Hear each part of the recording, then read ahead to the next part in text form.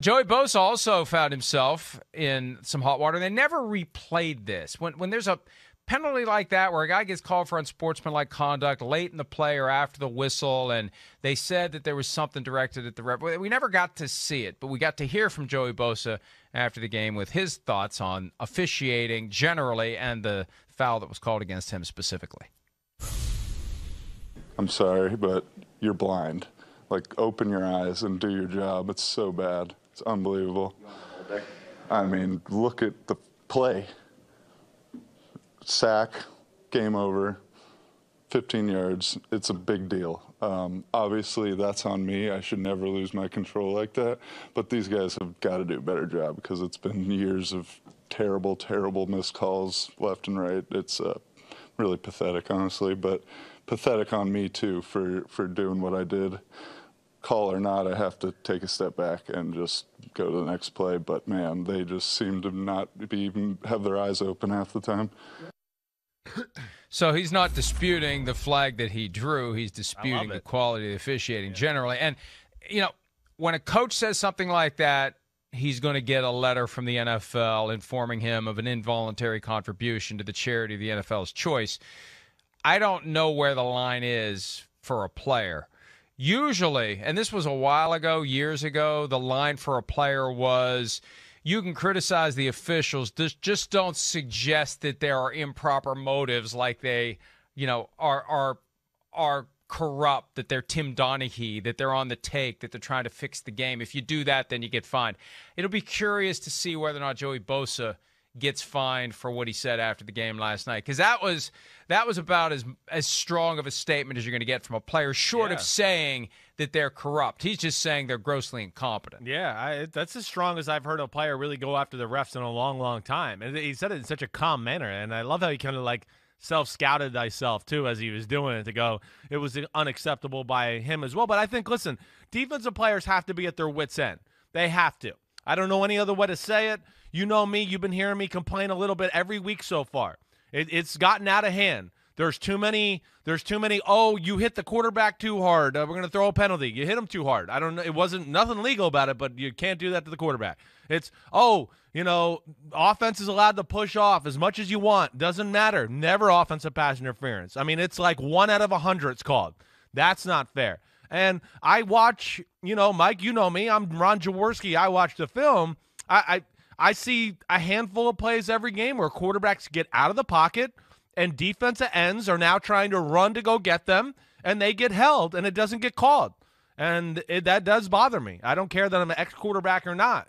Call the game the right way. The defense is already at enough of a disadvantage, and I think that's where they go crazy right now.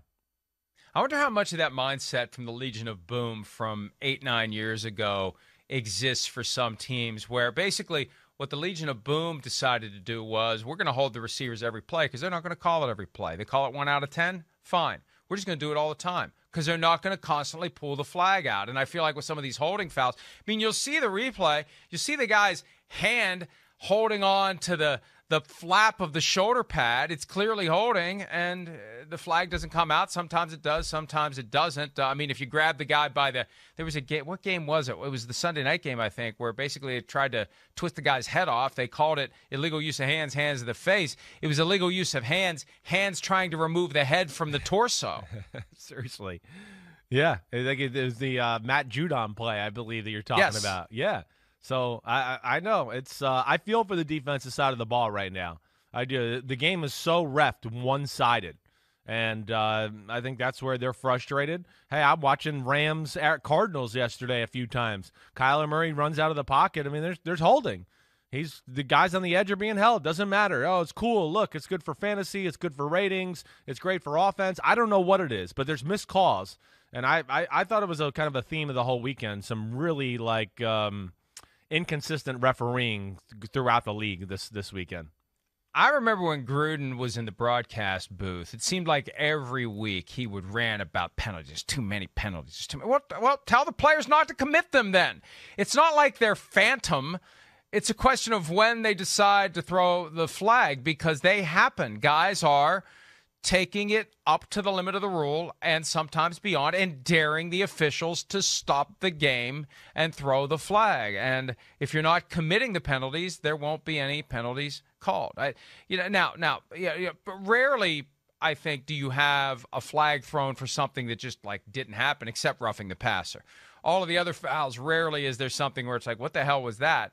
But if anything, there are more fouls happening than there are flags being thrown, Chris. Yeah, probably. Yes. Yeah, probably. But, that's – it's like we've talked about. Rubbing is racing, and there's going to be fouls on every football play.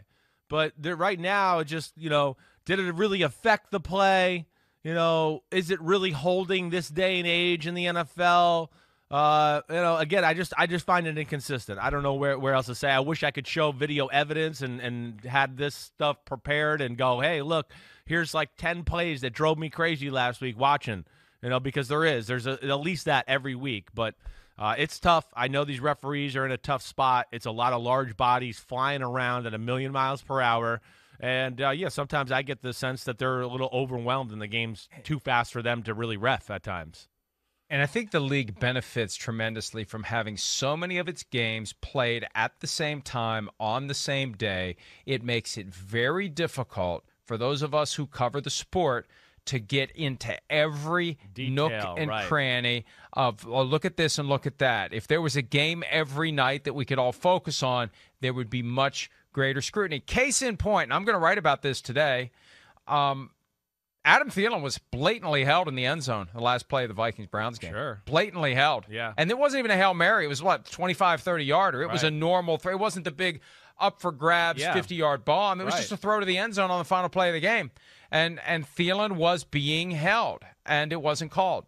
No different than what we talked about last week with the Chargers-Chiefs when the Chargers players were mugging Travis Kelce and Tyreek Hill. So, and the league's approach. And hey, you know what? Maybe the best approach is just ignore all of it, because if you acknowledge it, you give life to the controversy and you turn it into a thing. Yeah. If you just say nothing, then it's just a couple of idiots like us shouting into the void. Yeah, agreed. Like you mean like the Dexter Lawrence not really being offsides for the Giants kick? Like, just ignore it and people will stop talking about it after a day or two. And there'll be more games. That's the beauty also of there's only, you have Tuesday, Wednesday, play again Thursday, Friday, Saturday, play again Sunday. Life moves on. Hi, I'm Mike Tirico, and thanks for watching. Make sure to hit subscribe for the latest news and highlights from NBC Sports.